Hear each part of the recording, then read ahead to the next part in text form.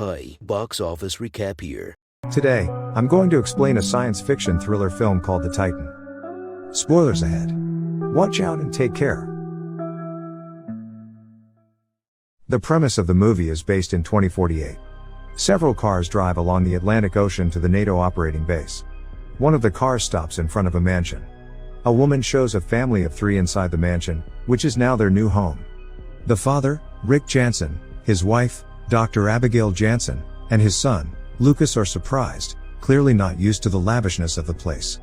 The 3 stand in front of their private swimming pool, when Lucas asks Rick where he is going. Rick shows him a direction towards the sky. The camera pans out showing similar houses in the neighborhood, suggesting that the people who came in the other cars were given similar houses.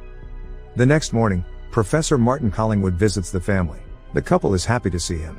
Rick thanks the professor for selecting him for the mission, but the professor instead reminds him of the risks involved in the mission. The professor says he is grateful for their service, and leaves. Cut to a NATO conference. The professor speaks in front of a group. In the year 2048, the Earth's natural resources have been used to their pieces. People begin to fight for whatever remains of the resources, and wars between the countries are prevalent. He predicts that in 10 years, half of the planet will be uninhabitable, and in 15 years, half of the world's current population will starve to death. Human beings' time is running out because they have outgrown their homes. The professor claims that their children will witness the end of the world. However, amidst all this, he claims that there is hope, the hope being the largest moon of Saturn named Titan. The only other body besides Earth in the solar system that has an atmosphere, making it the most inhabitable body in the solar system besides the Earth. But it is in no way ready to be inhabited by humans. As liquid methane rains on the heavenly body, the atmosphere is filled with nitrogen, and the temperature is extremely low. The professor claims, space science says that Titan cannot be livable for humans, but he has a different approach.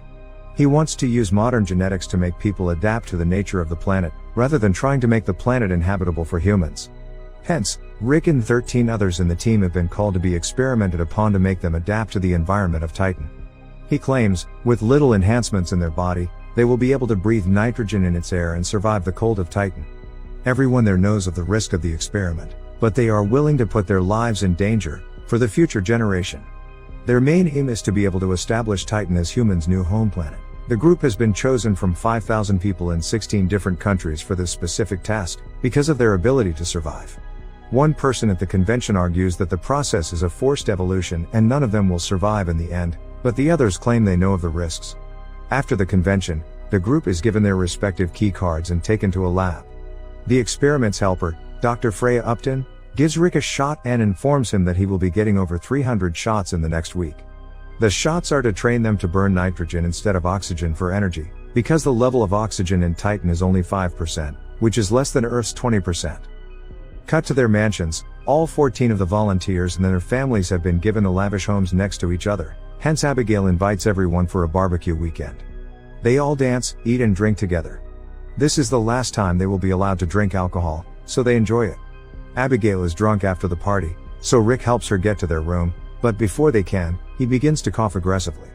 Abigail helps him and sees he is burning with fever. She gives him some medicine and puts him to bed.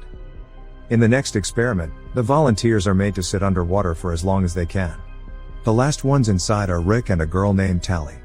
The two have been underwater for 31 minutes. Everyone outside is happy and surprised that the experiments have worked. Tally starts suffocating and goes to the surface in 39 minutes, but Rick still stays inside. His vitals seem to be dropping, so everyone gets worried. However, Rick starts swimming across the pool at great speed, showing his progress.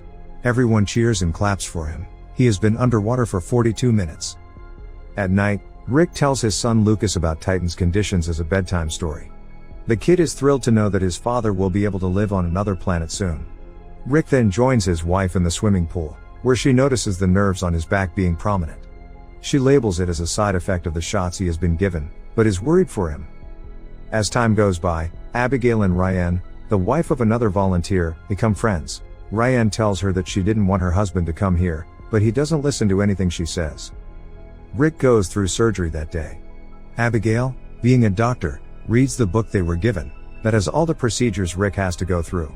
She sees that all of them are safe, so she is relieved. At night, she wakes up, and notices that Rick is missing from their bed. She goes to the kitchen, and sees him applying ice on his body.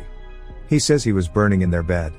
Abigail brings out a bucket of ice and Rick puts his hands in there. He asks his wife to do the same, but she brings her hands out, not bearing the cold. Rick then claims that he cannot feel any cold. He has adapted to live in Titan's cold temperature. In one experiment, the group is made to swim underwater as the place is filled with methane gas as it would be on Titan. Next, they are made to run around a field for as long as they can, while breathing methane and nitrogen. They do the same exercise for several days. The group is in the changing room, when Rick notices a lot of his hair falling. Tally tries to see if it's true and gets a lump of hair out of his head. Just then, one of the female volunteers vomits out blood and falls on the ground struggling. The others try to help her and call the officials. Dr. Freya tries to help her, but she dies on the ground before she can do anything. The group is shocked as the harsh reality of the experiment is starting to show. That night, everyone gathers at Rick's home again and discusses the matter. Abigail notices all the volunteers' nerves being prominent for some seconds, and then disappearing, although no one else seems to notice. Ryan and her husband are outside in the pool. Her husband has been panicking because of the death. As the others talk, he hits Ryan on her face and loses control. The others go to help the girl, and restrain the man. His brain has not been handling the experiments well. The following day, Dr. Freya comes over to Rick's to test his vitals. She claims that the girl who died has kidney stones which altered the experiments, causing her to die. At night, Rick cannot stop vomiting blood. Abigail takes a sample of it to investigate it herself. While shutting the doors, she sees a light blinking from the walls, and realizes that they are being watched. Rick is in the swimming pool, when his skin starts to peel off and float. Later when they sleep, Abigail sees Rick's back has peeled too. Abigail takes the sample to the lab the next morning, and sees that it has several compounds that the book didn't talk about. The lab performs eye surgery on Rick that day. It is to allow him to see through the darkness. He goes home after the surgery, but has to be rushed back to the hospital when his eyes start to bleed uncontrollably. Abigail meets the professor and accuses him of not telling them everything about the procedure. She confronts him about the cameras that he claims are for security reasons. He dismisses her and sends her home. As soon as she is home, she sees large army vans arriving at Ryan's home. She rushes to see what is happening, but a soldier stops her. Just then, someone throws Ryan out of the window. Her dead body is lying on the front porch. Ryan's husband has gone completely wild because of the experiments. One night, Abigail takes Rick's key card and sneaks into the facility.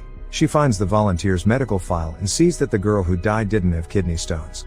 The professor and the team are in a meeting with NASA. The professor is chastised for doing forced evolutionary experimentation without proper evidence or ethical reasons. He is threatened with having his operation shut down. When the professor comes to visit Rick at his home, he tells Abigail that he does not actually know the effects of the experiments yet, but they cannot go back now. The subjects will be turned into a new species of humans called the Homo titanians, and will be different from Homo sapiens, but since everybody evolves in a different way, they do not know what Rick will turn to after the full experiment. Later, Rick opens the bandage from his eyes and is surprised to see everything around, even in the dark. His eyes have evolved. The following day, they perform a vital surgery on the subjects, but all of them die except for Rick and Tally. Now, the future of humanity lies on the two. Abigail is brought to the facility after the surgery, and is surprised to see her husband turn into a different creature altogether. But it is evident that he still remembers them. They have turned completely into Homo titanians. They can listen to the humans talking, but cannot talk back because they communicate in a low frequency that is undetectable by normal human ears. Rick comes home that night and accidentally hits Abigail. He is later swimming, when a loud thud is heard outside. Tally has come to visit him. With her, several guards also approach the house. It turns out that she has killed her husband. The soldiers sedate Tally and try to take Rick too, but he easily kills them all with his newfound power. He only stops when Abigail asks him to. The officials then take him to the facility and keep him in a glass cell.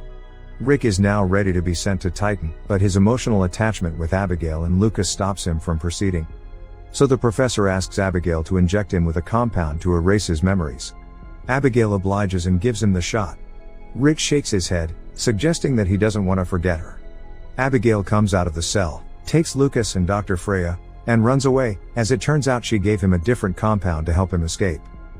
Rick pretends to be unconscious and kills a soldier. The others are alerted, but his evolved abilities help him escape easily. Rick meets his wife and son in one of the labs, but is quickly surrounded by soldiers.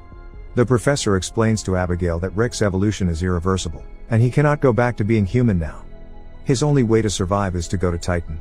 Seeing that she has completely lost her old husband, Abigail finally agrees to let him go away, for the sake of humanity and its survival. In the next scene, we see them in an airplane. Rick lies in a body bag and is being taken to be sent to Titan. Cut to a few months later, the professor has been arrested for using unethical methods. Abigail and Freya have taken over the Titan II facility. Lucas calls his mother outside to make her look at the clear night sky. Somewhere far away in the galaxy, we see Rick standing on the mountains of Titan. He has fully adapted to its environment. He spreads his webbed arms and flies in its sky. Subscribe for more videos like this, turn on notifications, and leave a like to help the channel out. Thank you for watching.